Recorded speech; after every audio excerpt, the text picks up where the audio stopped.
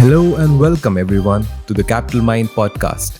If you'd like to know more about us, visit capitalmind.in. And if you'd like to invest with us, do visit capitalmindwealth.com. This podcast is for informational purposes only and should not be relied upon as the basis for investment decisions. Clients of Capital Mind may maintain positions in the securities discussed in this podcast. Welcome to the Capital Mind podcast once again, ladies and gentlemen. This is Deepak Shenoy from Capital Mind bringing you another fantastic edition. We hope it's going to be fantastic because I have with me here a person who is fantastic. Welcome Sahil Kini to the show. He is co-founder and CEO at Setu, which provides API for banking infrastructure, connecting financial institutions to all kinds of players who want to use those financial institutions, provide financial services to their apps. So welcome to the show, Sahil. Thank you, Deepak. Thank you so much for having me. It's such a pleasure. It is indeed. In fact, for more pleasures all mine. And let me go straight to the point. Financial infrastructure, API banking. What is it about Indian financial infrastructure that is somehow more attractive or different or in any way superior perhaps to the rest of the world? And somehow, in my own view, that I may be biased because I live in India, but apparently there is something about India that is much more different and perhaps more attractive. So, as a person who's been deeply involved in this, what really is different about India?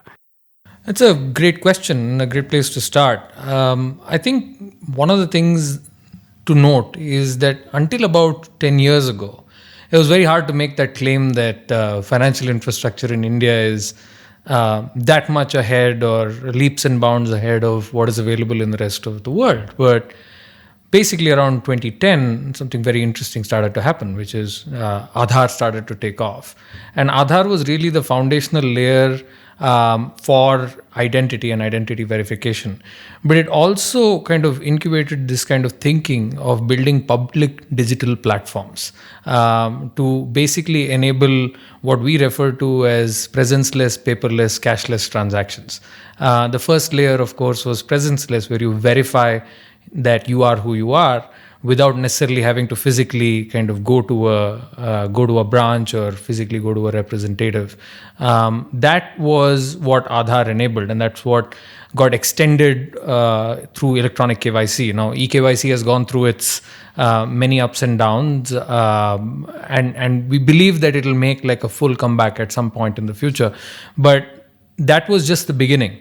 The idea always was to build a series of layers on top of that digital infrastructure for identity to enable both payment transactions and the free flow of data with the consent of the end user to essentially enable financial products and to enable all kinds of transactions digitally. Obviously, financial services was the first focus area because that's the most sophisticated of all the sectors that you talk about when you compare it to, say, healthcare or you compare it to education. The starting point for financial infrastructure was already further along. And then in 2015, 2016, UPI came along. And that was really the first major quantum leap after electronic KYC came along, where for the first time, you were able to send money from any bank account to any other bank account from a third-party application. And that's what's really remarkable about it, right? You can dip into your bank account from a PhonePe or a Google Pay and pay to anybody else. That was one main leap that we made, which was pure interoperability, like true interoperability between regulated financial institutions, particularly banks in this case. And there were several other innovations that people actually haven't even kind of realized the power of, which is UPI did something very special, which is it unbundled the addressing layer from the accounts layer. So you can actually have one UPI ID linked to many bank accounts, and you can change the bank account. At any given point in time, a UPI ID has to be linked to one bank account, but you can change the bank account that is underlying your UPI ID. Similarly, you can have multiple UPI IDs linked to the same bank account. This unbundling actually unlocks a bunch of use cases, and we can talk about what those use cases are later on. But it's a fairly fundamental shift. The other major shift that it did was it also made authentication schemes uniform across the bank. The UPI PIN is a common authentication infrastructure that all the participants in the UPI ecosystem essentially use. It's basically what Visa would have been today if it were to kind of build the infrastructure all over again from the ground up, right? So it's a 21st century infrastructure for payments, and that's been recognized by the financial sector pundits worldwide, and indeed anybody who's operated in any other economy comes and sees UPI and goes, "Oh my God, this is leaps and bounds ahead," because it's instantaneous, it is interoperable, it has common authentication infrastructure, and it has addressing infrastructure that allows you to do very cool things like generate a unique UPI ID for, say, every bill, right? Which is something that is very hard to do when it comes to bank accounts. That's one major kind of step forward. We've also gone further ahead and said what we did for money with UPI, with payments with UPI, we want to do for data as well. And this is where the NBFC account aggregator framework, which the RBI actually notified in September of 2016, if I'm not wrong, and that's been gaining momentum. It hasn't had its UPI moment yet, but already we have a few regulated entities that have received an in-principle approval to become the consent manager. And what the account aggregator is essentially for data or financial data, what UPI was for payments. So it's a protocol for consented data flows from any financial information provider to a financial information user. And what that means is we've all, listeners of your podcast definitely would have heard of Plaid, which was recently acquired by Visa for $5.6 billion. And what was special about Plaid, right? Plaid essentially, for all intents and purposes, was really like a Yodlee or a Perfios in some sense, in the sense that it built connections to all of these banks. And if any application wanted your banking transaction data, you would log in to that bank account through that third-party application, through a Plaid SDK, and then give permission for this information to be fetched from that account. What the account aggregator framework is Plaid as a protocol. Right.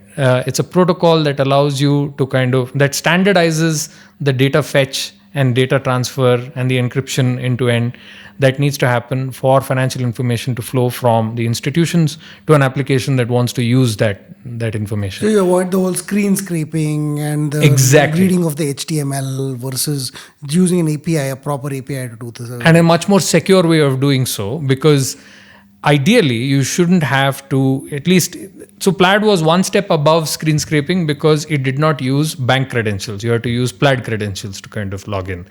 The problem with Perfios and Yodlee today, and the approach that they use today, is that they ask for your bank username and password. Now, these are now well-established companies, they're reputable companies.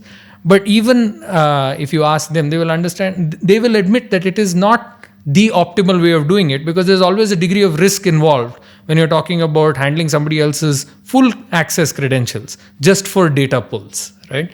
What AA essentially allows you to do is it takes the Plaid approach of essentially having a separate account. So you'll have an account with this account aggregator, and you will enter your credentials with that account aggregator and give the consent to this account aggregator to say, fetch information from my, let's say, HDFC bank account to give it to, let's say, a lending application so that they have my transaction information so that they can underwrite me, right? It's a much more, and that data flows through an API, and it's far more secure way of kind of transferring that data. And then you can revoke that consent. You can manage it. So like I said, it's a consent manager. So these two are two major places where we've made tremendous strides in the last 10 years of building fundamental public infrastructure that allows for, if you liken the financial information the financial system to essentially like an electricity grid, it reduces grid loss, right? It allows you to kind of transfer both data and money more efficiently. And so building on top of that, you can build amazing applications which are yet to, I think, really, that Cambrian explosion is yet to happen. But the foundations are set, and we're on very firm footing. Yeah, that's a brilliant thing. In fact, I remember in 2011 when IMPS came out, and it came out of another initiative of the RBI, which was to link all the ATMs together. So instead of ATMs, each individual bank creating links among other banks, RBI set up the base infrastructure at NPCI. And then that became root of IMPS. And IMPS was a little headless because every bank had to implement it on its own. Then UPI came along and added this layer that said third parties could develop on top of it. And then now WhatsApp has IMPS, UPI, which uses the IMPS layer, and you could do instant. I remember showing somebody how I could transfer even 10 rupees instantly to somebody else, and then they would literally see it in their bank account that very instant. And this for a person from America is almost like magic. I don't know. There was this statement that said at the extremes of technology, the extremes of technology are indistinguishable from magic. So yes, at some level, it sounds like it's truly magical because it's such a leap of faith that you could do this. But I think great points, because you got a base infrastructure at the identity level that helps enable KYC at one layer. It helps enable financial transactions and our financial data to be transferred around. This whole thing, I think, has now kind of been subsumed into a bunch of smaller things that people now start saying, why does a bank have to bank? So the concept of, I guess, and I want to hear, because I'm also a little clueless about this, neo-banking. What is it? Is it just branchless banking? Is it contactless banking? Is it banking without cards or with cards? What is neo-banking, and therefore, what kind of scope does it have going forward? Neo-banking is a very, it's not really a new concept. I think the neo-banking as we understand it today really is technically not a licensed entity and therefore not really a bank. One of the things that I feel is kind of inevitable if and when these applications, who are all fairly well funded, do well and gain some user traction, particularly in, say, the millions of users, I think there's an inevitable day of reckoning where the RBI comes and says, who allowed you to call yourself a bank? Because they're technically not licensed entities. Neo-banking, as we understand it today, essentially is about building a better user experience layer on top of the same banking products and the same banking infrastructure that any bank has available today. What that means is, I'll have, some cooler features like add my friends or some social features perhaps, and a much better, much slicker user experience. But essentially, the underlying products are pretty much the same. In fact, if you look at most neobanks today, the underlying instrument is actually a prepaid account. So just like a prepaid wallet essentially. So you would have the neobank will go and open a large current account with the bank, and it'll say, I will run the ledger for this current account, and all the sub accounts underneath will essentially roll up to that current account, and I will issue prepaid debit cards or prepaid cards against each sub account, right? The benefit of that, of course, is for up to 10,000 rupees, you need only minimal KYC. You're able to issue a card. And why is this interesting to the bank? If you really think about it, it's interesting because on prepaid wallets, all the float stays with the bank. So essentially, the bank is very happy saying, all right, you're essentially opening a giant asset for me. A giant it's essentially a zero cost liability. And I'm going to essentially be able to lend that money out and make a good amount of money on it, like 6.5% at least, right? And in addition, the interchange on prepaid cards is much higher. It's not capped like debit card interchange, and therefore the fee income that is there will be split between, say, the neobank and the bank itself. So there are two modes of income for them, essentially. And on top of that, any other transaction could be charged, etc. Now, obviously, when you say a new UX, it could be a slick UX for the really elite user per se, or it could be, for example, a vernacular interface for blue-collar workers. And different neobanks are essentially targeting different segments. There's a bank called Yellow, which does the great thing of essentially building a purely Hindi and purely vernacular interface, and with audio prompts and things like that. And this kind of UX innovation is something that the bank may or may not be inclined to do. But this company, for example, to go and acquire users, will spend time and effort to do that. There are several others who are trying and targeting different segments of the market, and that's their prerogative. But really, the financial product at the end of it is a prepaid card and a prepaid account. So the exception to this, of course, is Open, which opens a current account for you. And Open's partner is ICICI, and they're an SME neobank, right? And they're opening current accounts on behalf of ICICI Bank. The role there of the neobank technically is that of a banking correspondent, because they're opening bank accounts and enabling transactions through that application. And they can provide, again, really cool features like payouts, automated payouts, or accounts payable, accounts receivable, kind of reconciliation services, cash management, all of that bundled into a nice user interface with a dashboard, etc. But what's really important is that the fundamental instrument is still with the bank. Actually, that may not necessarily always be true, because if you think about what a bank does, all it does is, let's say, takes deposits. Now, I could put deposits straight into a liquid fund, a mutual fund. And I can say the liquid fund actually acts like some kind of a deposit account for me. Now, the liquid fund is liquid, so I can take money out of it. I currently, only banks are allowed to issue cards, but apparently some old archaic rule does exist, which allows mutual funds to partner with banks to source an account card directly from the mutual fund itself, which allows you as a mutual fund, therefore, to issue a card against it. A loan can be taken from an NBFC, triggered on with a combination of these two elements together. You might not even need the bank, because all the bank does is either takes your money, gives you money, or helps you pay somebody else. Correct. If you did all three without the bank itself, you would literally be a shadow bank. Without actually needing the banking infrastructure for the very same things that you do. But you're saying neobanking is actually beyond that. There is one part of that where the bank will be involved, which is the mutual fund cannot issue a card without a BIN, a bank identification number, and only banks which are members of those card networks can provide you with a BIN. So the bank will still be involved, and because the bank is involved, they will have a say in what can and cannot be done. So essentially, being able to do all three pieces totally without the involvement of the bank is still not possible. And I guess also because the NPCI infrastructure is only open to banks today. Yes. So you can't even connect to it. If you could. You cannot become a member of the scheme right now. Yes. And then let's not forget that NPCI is co-owned by all the banks. So who's allowed in or not is in their control. So I guess it's like a dictatorship that's favorable to the current entities who are banks. But even then, what you're actually saying is the whole banking layer has become a pipe. And all that the pipe is doing is earning that money on that float, if you may.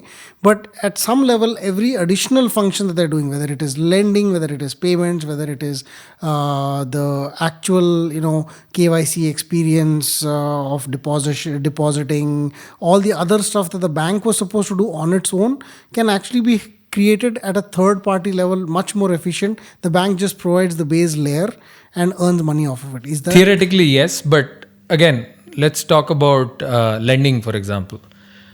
I, as a neobank, can't provide credit until I also have an NBFC, which is a subsidiary. And for that, again, the cost of capital will always be a bit of a challenge early on in the life of an NBFC, etc.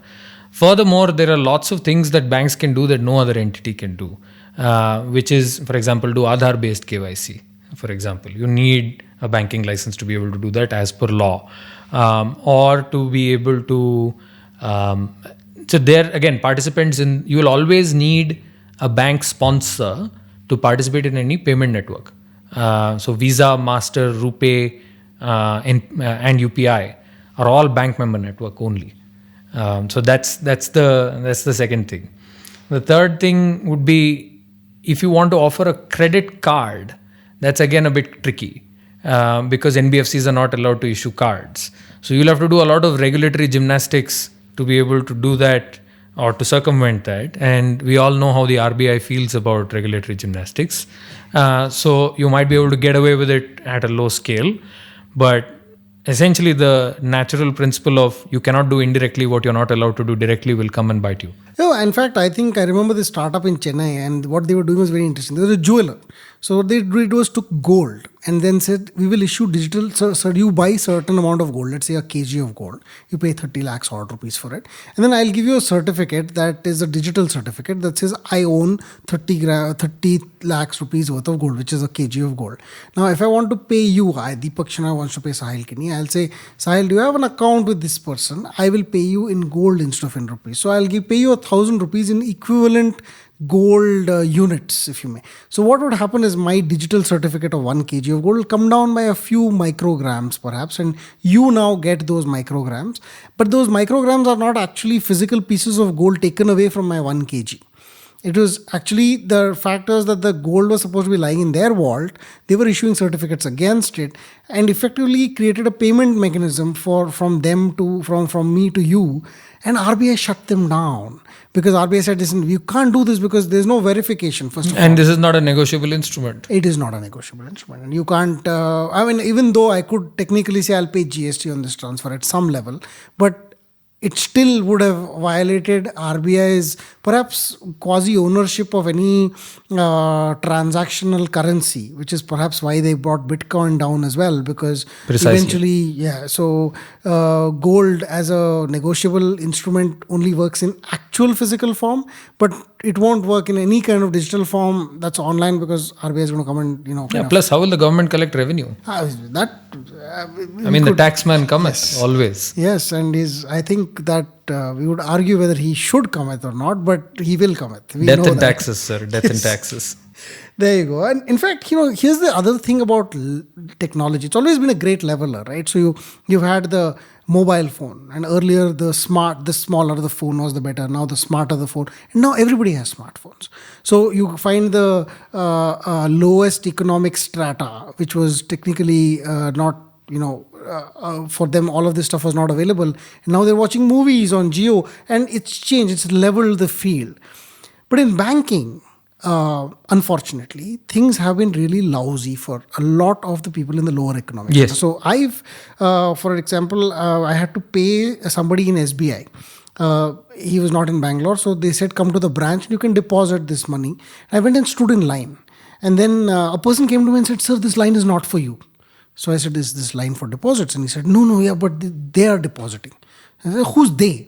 So there were a lot of these workers, construction workers, standing in line to deposit money. And, I was a little stunned. I said, they're also depositors like me. So why am I in a separate line?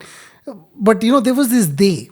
And then I was like, I got a little irritated with that statement. I said, no, I want to stand in line and see what happens. So I reached the end of the queue. I said, I have to deposit so much money in this queue. And the person ahead of me was having this argument with the teller. And she was like, you don't have a green card. So he's like, but I forgot it at home, and said, no, you can't deposit money unless in a green card. And this is a person who has given up his full day's wages to be able to stand in line. They gave only 20 tokens apparently. I wasn't told this. They gave only 20 tokens. You stand in line, you get one of these 20 tokens, and you're allowed to deposit money into your own account so that your family in your village can then withdraw it from there. And they charge you 5 rupees for the pleasure, I don't know, for the whole thing. And then I went in there and I didn't have this green card, and she didn't ask me for a green card. And she took the money and then said, okay, you can go now. So I went back in another time, and then I actually had a business idea. But then this thing needs to change, because you can't change people. People will always look at a construction worker and say, I will treat you badly. We should perhaps change that from a social point of view. But what can neobanks do to change this? No, it's a phenomenal question. And really, it's one of those questions that's endemic, right, to any kind of service business, not just banking. But banking, it's a little bit worse because, well, I'm debating whether to say it or not, but it's true. Banking is very Brahminical. Most of the bank's top leadership is so, and even more so, it fundamentally got class associated with it, right? And whenever you put people in an intermediary kind of physically there, they will want to exercise some kind of power over people who are less powerful than they are. So definitely there are socioeconomic issues which kind of emerge, and most people find it very difficult to even have a conversation around, why. For example, if you take a loan and you default on a couple of payments, a lot of things. One of the things that I've heard, because I've talked to a lot of people from that social class about debt and debt restructuring and why they are in debt traps, etc. One of the funny learnings was, but I paid this month. I was supposed to pay 3,000 rupees EMI. I paid this month. It was due on 10th. I paid it on 25th. And next month I will pay it on time. But they don't realize that it counts as a late payment.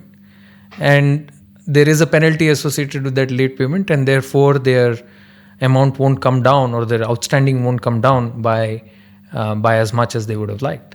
Right? Or they don't even understand to a certain extent unless you kind of really sit down and explain to them, because they're savvy with numbers. They're not necessarily savvy with the structures that we lay on things. And a simple example is flat versus declining rate interest, right? When you tell them 10%, they immediately assume flat. Again, the declining interest part is not something that they naturally calculate.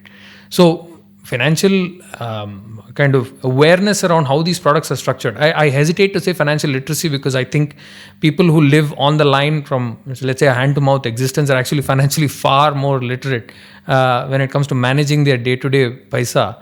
But these credit products and insurance products and all the complexity that we kind of layer on is again something that is very hard for them to grasp. So without some assistance, somebody's also taught us the difference between flat and declining, right? Well, we weren't born out of our mother's womb understanding this, despite the fact that we're both Konkani. The two things that come into picture is, one, the experience of essentially taking that middleman or middlewoman out, and therefore you are directly interacting with the financial instrument itself on the application. And so you can see how much there is. And if you want to withdraw, you can withdraw by the button does not discriminate. And if you want to deposit cash, that part will still remain a bit of a challenge, I feel. But now you see companies like PhonePe essentially trying to do this cash deposit and cash withdrawal through its merchant network. And I really believe that every Kirana store in this country and every pawn shop can become an ATM and should become an ATM. If you put the right systems in place. So why shouldn't you be able to deposit money into any account if you're able to kind of do these transfers instantaneously, now at zero cost, which is inadvisable in my opinion, but that's a different topic. But that's one thing. The buttons and an app does not discriminate, right? So that's one thing. The second thing is, though most people building those apps are in Bangalore, Bombay, Delhi, and don't belong to this world. So they have a long way to go before they understand what is the right Bharat UX. Because the California School of Design will not translate in Kolhapur. So to do that well, you need to be able to actually develop a new paradigm of design. And that might mean audio first, it might mean video first, it might mean, can we create a UPI interface where after I give my fingerprint, I say, Deepak ko 50 rupees bhej dijiye. And it just goes. Beyond that, why are we stuck to the screen? Right? So these fundamental questions can be asked and fundamental innovations can be unleashed. And so that's on the UX side of things. The other side is on the product design side itself, on the manufacturing side. And this is something, like I said, neobanks are not in a position to do right now. But let's say there was a liberalization of the licensing regime and more institutions were able to kind of, maybe not a full banking license, maybe a small finance bank license. And, I feel like the payments bank fiasco was a lost opportunity. But really, if you were able to create a new class of financial institutions that can manufacture financial products that are truly sachetized and make sense and are simplified, because what simple sells quickly. Liquid mutual fund is a great example, right? It's very low risk. You can't really lose money on an LMF. any more than you can lose money You in your. can technically, but okay, Yes, but you can, but technically you can lose money in your bank account as well. Yes. And more people have lost money in their bank accounts in the last year than they have in any LMF. So the practice and theory are often show two different results. So if we are able to kind of manufacture fundamentally new and simple and well-structured products, and that might mean different things for different people. The financial lives of, there are literally thousands of Indias. Even if you took a cohort of 1 lakh people, we are looking at 13,000 cohorts in India alone, right? And that's if we believe that our population is only 130 crores. It's probably much higher. But when you're kind of the cash flow curve of one, this is something that, and pardon me if I'm kind of going on a bit of a tangent, but the financial lives of different people are very different. And today, the problem is that distribution dictates product design, right? What my distribution costs are because of my branch structure, because of my ATM network, because of my ridiculous amounts that I pay to Finacle, and apologies to your co-founder, and the ridiculous amount of premium that you would pay to, I don't know, the entire banking vendor ecosystem that is there. The IT budgets are in the thousands of crores. All of these are overheads. And the distribution cost is essentially what dictates the product design. And then it's kind of sold mass market off the shelf regardless, right? If you were to flip it and say that from the cash flow curves of the people, I will decide what are the right financial products for each cohort. And from that, I will decide what is the best distribution mechanism to make the unit economics work. You can make dramatically different types of financial products come to life. Because the cash flow curve of a textile mill in Surat is very different from the cash flow curve of a school teacher, which is very different from a cash flow curve of a farmer who has only 2 income spikes in the year, which is very different from a daily wage laborer. So the frequency of income, the amplitude of the income, the spends, all of that has a say in what is the right lending product, loan product, or what is the right insurance product, because they're exposed to different risks and so on and so forth that you can kind of design and sell.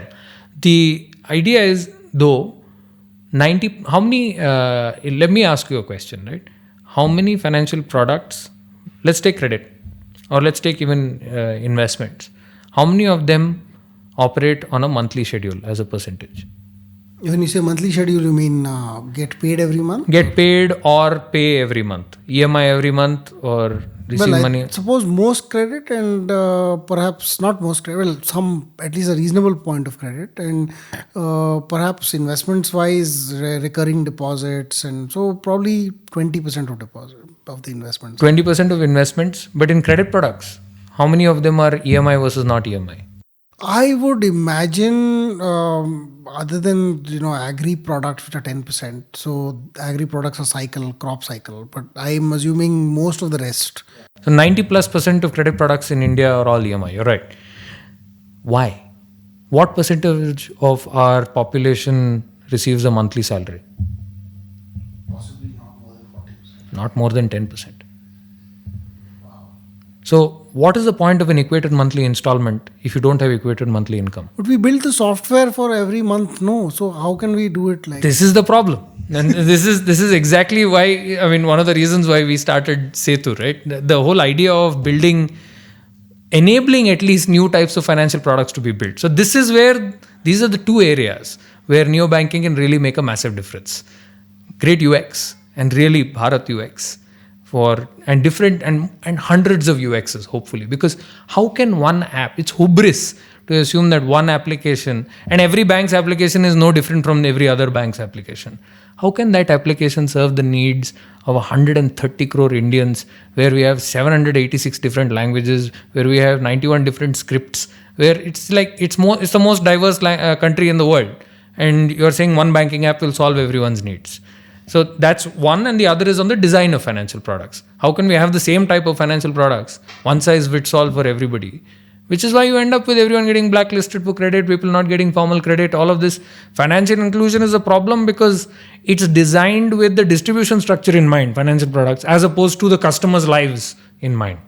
No, that's very true. In fact, I mean, there's so many examples of this. We use a product called Neo, which is actually a bank account linked to a forex transfer application, which gives you much cheaper forex. Now, I didn't realize it was actually an underlying bank account on which I could do everything. But what this did was opened out only one aspect of it to me, saying, listen, at any point in time, I'll tell you what the current exchange rate is, use your card in any currency, and I'll give you the best exchange rate possible. That use case, the limiting use case, is actually quite beneficial to me when I travel abroad. So if I did that for every possible other application that you can think of, you would actually get a lot more benefit overall than perhaps having the single banking app. Like we were trying to figure out, oh, this particular bank, it has this feature. Where is this feature? You have to scroll 3 times, then scroll up about twice, and then in the bottom on the right hand corner, there's this little icon that says, do this. And then I was like, oh my God, nobody's going to find this. Is like, you can hide a dead body in the second page of Google search results. Always. It's, you could probably have mass suicide, and nobody would discover it if it happened inside a underlying layer of a bank app. So my favorite joke on this is from Yesminster, where Humphrey essentially says, Bernard essentially says to the Prime Minister, I'm going to file this. And the Minister says, no one must ever discover that we did this. And so Bernard says, in that case, sir, I'm certain we should file it.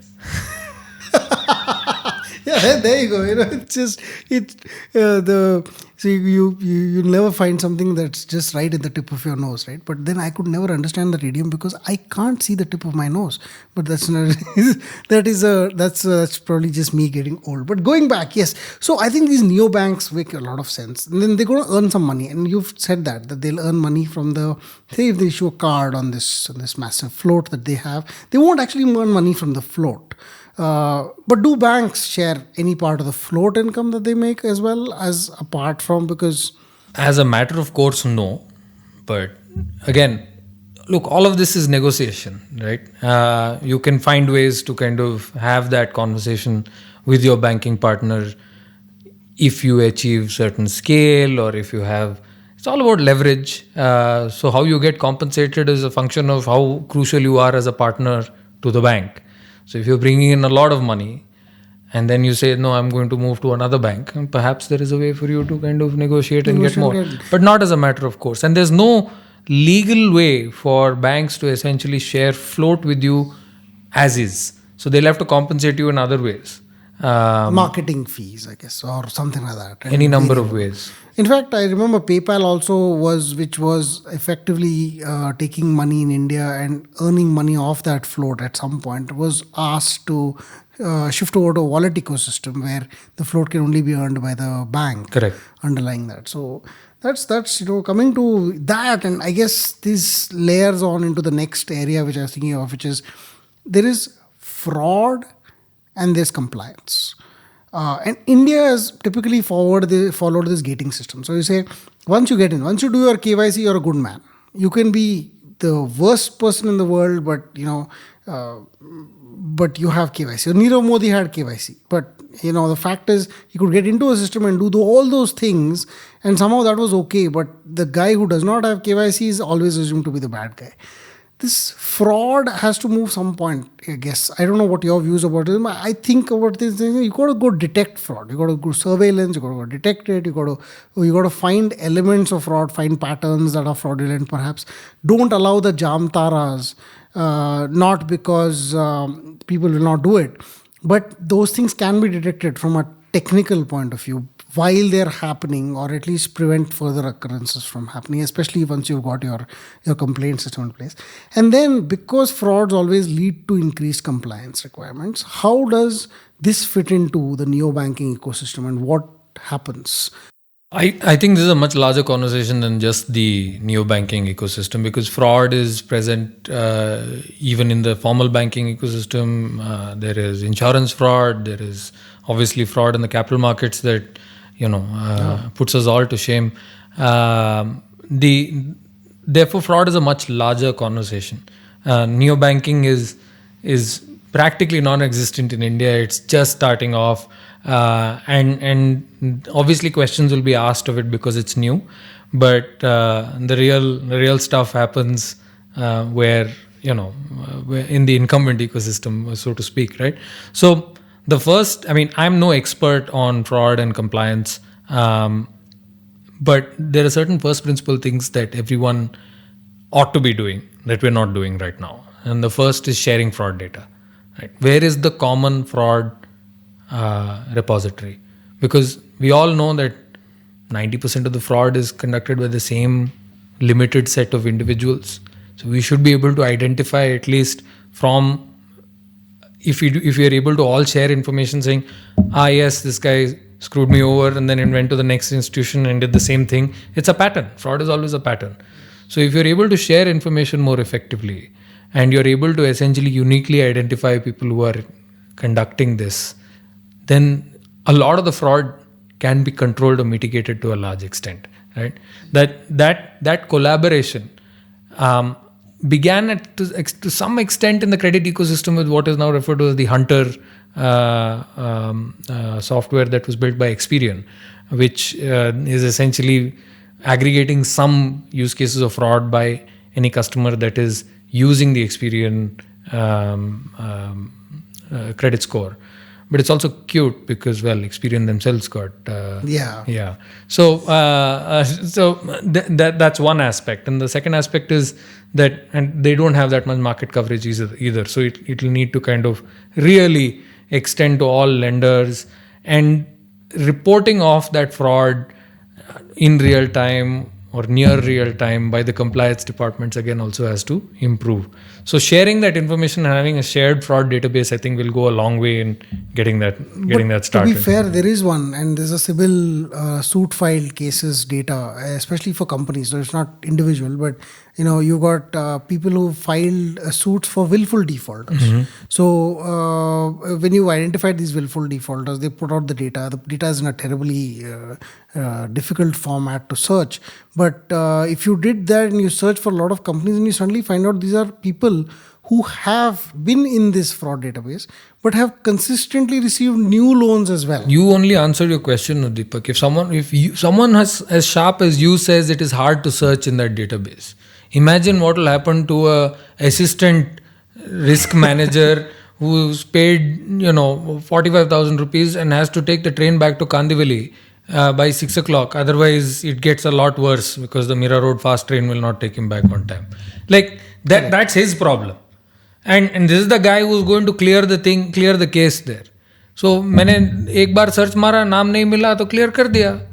The data is not enough. The interface with which you can interact with it, can it kind of throw a flag automatically? Is there a fuzzy logic match saying, okay, this closely matches these 8 records, but this is the likely one? There's a layer of innovation on top of that data that needs to happen to make it easy to find, to make it easy to surface, and to make sure that there are no false positives, nor are there any false negatives. That quality measure of statistics to say that how many of those were discovered later is something that doesn't exist right now. No one's thought through this from a true product standpoint to say that, okay, the risk and compliance teams within the banks are my customers. This is what that customer looks like. This is what their day looks like. And so let me design a piece of software that actually helps them do their job better, so that the chief manager doesn't come and take his case at some point. 3 months from now. And same goes for the chief risk officer taking the chief manager's case, right? Which happens when the RBI comes. Yes. So that whole chain of screaming is the only incentive right now for them to do their jobs. But if you were to actually make it easy for them to do their jobs, then I'm sure that the fraud rate would actually come down. You're right. Compliance and fraud, and in these circumstances, I guess have, just detection, just the process of doing all this. It's just so much more. It's so different, I guess, for each bank. But coming to an interesting point that comes across all of this. So as we do more and more surveillance, as we do more and more And I guess all of us want to collect that data because tomorrow, if there is a compliance requirement, we want to be able to say that, listen, we had this data, and that's what we use to figure out that this person is not a fraud, or that I have enough data to say I know my customer, therefore it's a KYC. But at some layer, this now leads into this whole issue around data privacy. Okay, so the data privacy issue has a issue of saying, if you've got my data and you are supposed to use it only for X, how do I know that you've not used it for Y? And if there's a data privacy bill that comes in, that maybe glorifies this idea because bills always come out with initially half-baked ideas, and the implementation then makes it even worse. So they might just say, listen, no, you need an OTP for every time you even access this data, which then complicates life both for the guy who wants to share his data and the person who wants that data shared in order to be able to complete a transaction, because at 2 o'clock in the morning you're saying OTP kya hai? Which is, so at some layer, data privacy also comes and sits into this ecosystem and says, how does it perform? So what do you think about that space? How do you? Yeah, no, I think in India's data privacy scenario has been basically the Wild West for, since the inception of the internet till now. We haven't really had a data privacy or a data protection bill. And really whatever provisions are there in the IT Act are woefully inadequate to kind of deal with the kind of stuff that's possible today. And what's really clear is that we need a data privacy law. So there needs to be a law that governs the sharing, collection, use, storage, and processing of data. How each of that is done on this data needs to be governed. Now, different types of data have different degrees of sensitivity. Financial data is sensitive. Medical data is even more sensitive. Your education data might be slightly less sensitive than your financial data. So there is gradations. So lumping everything together and saying that, data privacy is good or data privacy is bad lacks nuance. And the problem is in public discourse, particularly on TV and all of these channels, has never kind of focused on the nuance. And this is all about the nuance. So how you govern that is kind of key. Now, the privacy law that is on the docket and the AA framework essentially puts user consent or informed user consent at the heart of it, saying that the data is the user's property of the user. Anybody who has that data acts as a custodian of that data, and therefore is a service provider to the user and must carry out the will of the user should the user say, share this data for this purpose. So in a way, the fiduciary of the user. It is a fiduciary. They're in fact called data fiduciaries in the law. That is the term. That is the term of art used in the law, in the draft bill. So we think that's a definite step forward. And it's modeled quite heavily on GDPR and it's our current data protection bill. And it has a few extra provisions that some argue is too far, some argue is not enough. What's clear in that law is a lot of power is reposed in an entity that is yet to be formed called the DPA, the Data Protection Authority. And this Data Protection Authority is envisioned to kind of form all the guidelines for data collection, storage, processing, sharing, and use. And so the granular details of what a bank can and cannot do, what an NBFCA can and cannot do, what a hospital can and cannot do, what a school can and cannot do with your information is yet to be clear. And yes, our track record on regulation has always been to over-regulate and be over-prescriptive. And so the chance of, your 2 a.m. sweet nothings being about OTP instead of other more wonderful things is quite possible. Though, what is the alternative? Are you saying that we should continue without a data protection regime where anyway data is being bought and sold over data cards over USB sticks at a few paise a user record? Because that, promiscuous attitude towards data exists today and it's treated like there's no consequence, because there isn't. Now we will introduce some consequence, and as a result we might introduce some complications and some inconveniences that can be all regulation can be tuned if you are, because every regulator, at least the RBI and the financial sector regulators, have always put the user at the heart of things. And yes, they've also been over regulating at some time or the other. But what's kind of lost on a lot of the ecosystem is they're also trying to look out for the little guy, and the abuse and the fraud that happens at that level is much higher. And so they're trying to protect that. And then, just like you can't cut only one end of a bell curve, when you kind of limit one end, you automatically limit the other. So when you try and reduce fraud too much, you can also stifle innovation. That's a tightrope walk that every regulator in the world has to do. But I would say what's very, very painfully clear to me is that this is needed. Now, how it will be operationalized and what needs to be tweaked and how we strike that right balance between accountability and transparency and privacy, I mean, it's a complicated question. And I think it would be a stretch to say any country has figured it out. No country has figured it out. And we are at the vanguard right now. And we will see. Yeah, I guess one of the other complications in India is that because of our legal system, we have a lot of delay in enforcement, which is why regulation always trumps enforcement. So you say, listen, it's going to take a poor guy 5 years to recover money if we let that happen. So we'll put rules to ensure that it happens. So it's a very interesting take on this.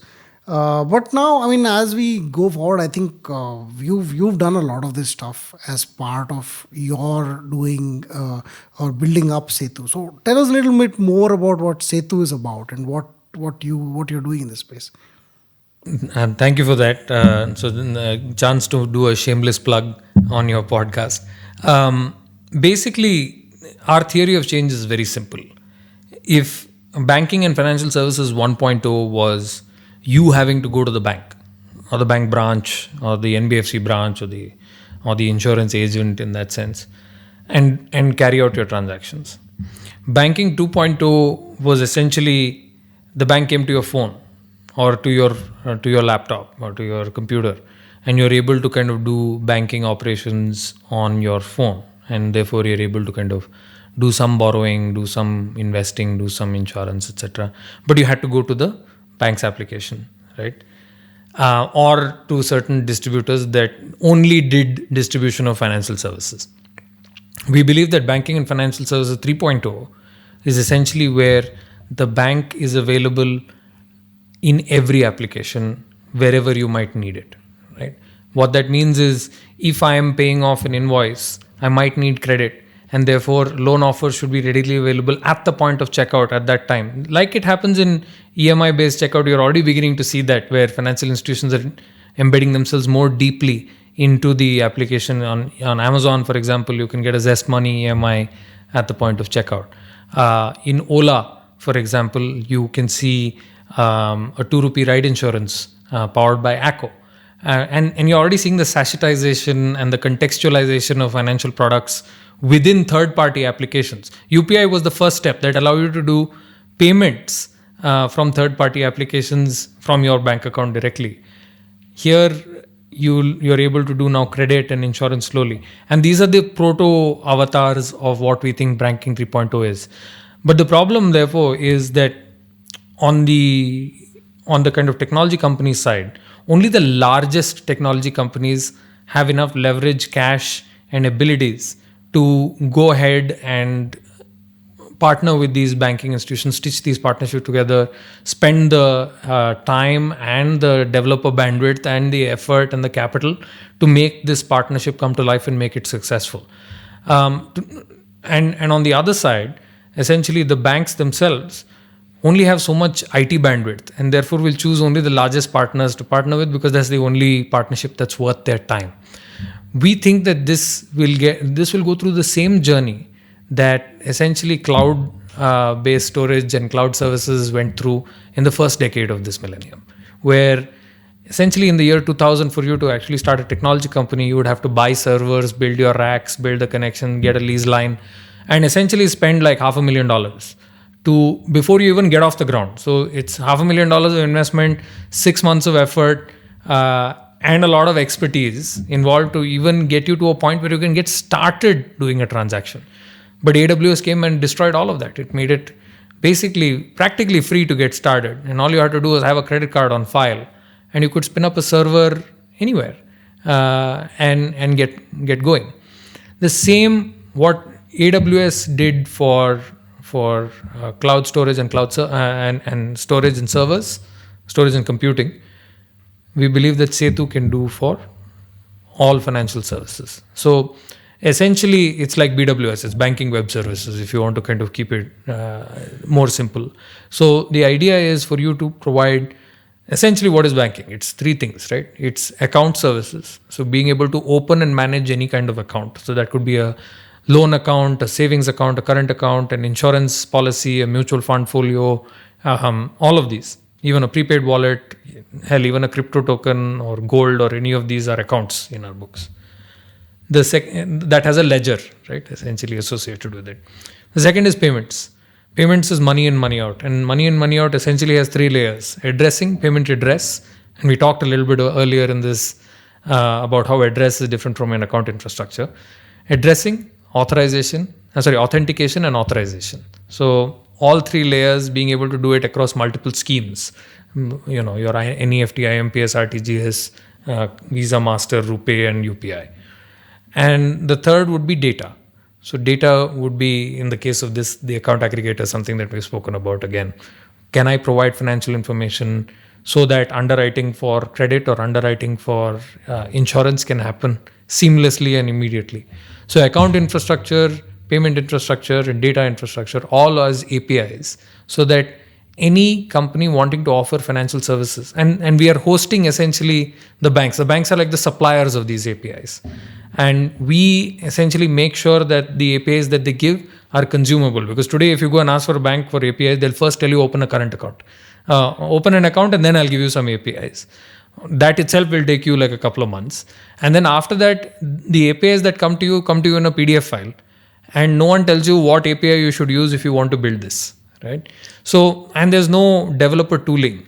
So what we do is we work with the banks, we host all these APIs, and then we make sure that those APIs are in a specification that is standardized and consumable, and we create wonderful, delightful documentation around it, sample apps, standardized error codes, SDKs, and dedicated developer support, so that you really get the red carpet treatment whenever you're integrating with banking and financial services API. So we want to take it from a year-long process that can be like pulling teeth, and you have to really navigate multiple teams within the bank. If you're going to launch a product in partnership with the bank, you have to work with at least 5 teams within the bank.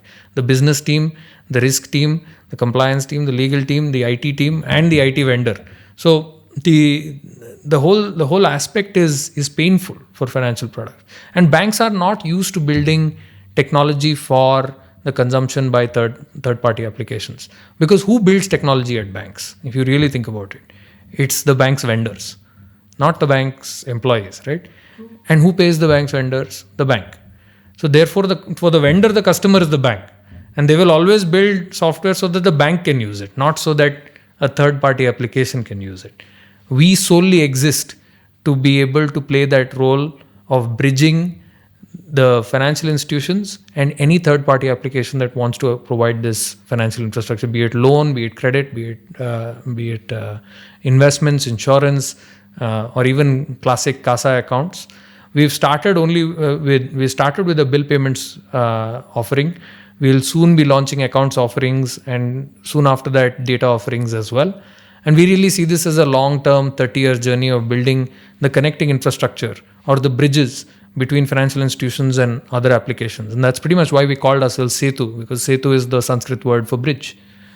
And that's what we do. Wow, this is pretty interesting. So effectively, you're like instead of calling it a payment gateway, you're a banking gateway. You're a gateway to the large financial institution that is regulatorily protected. Correct. So it may be the insurance company, it may be a bank, it may be a mutual fund, but they need to interact with the little guy, and you're sitting there in the middle saying, I'm going to standardize your experience.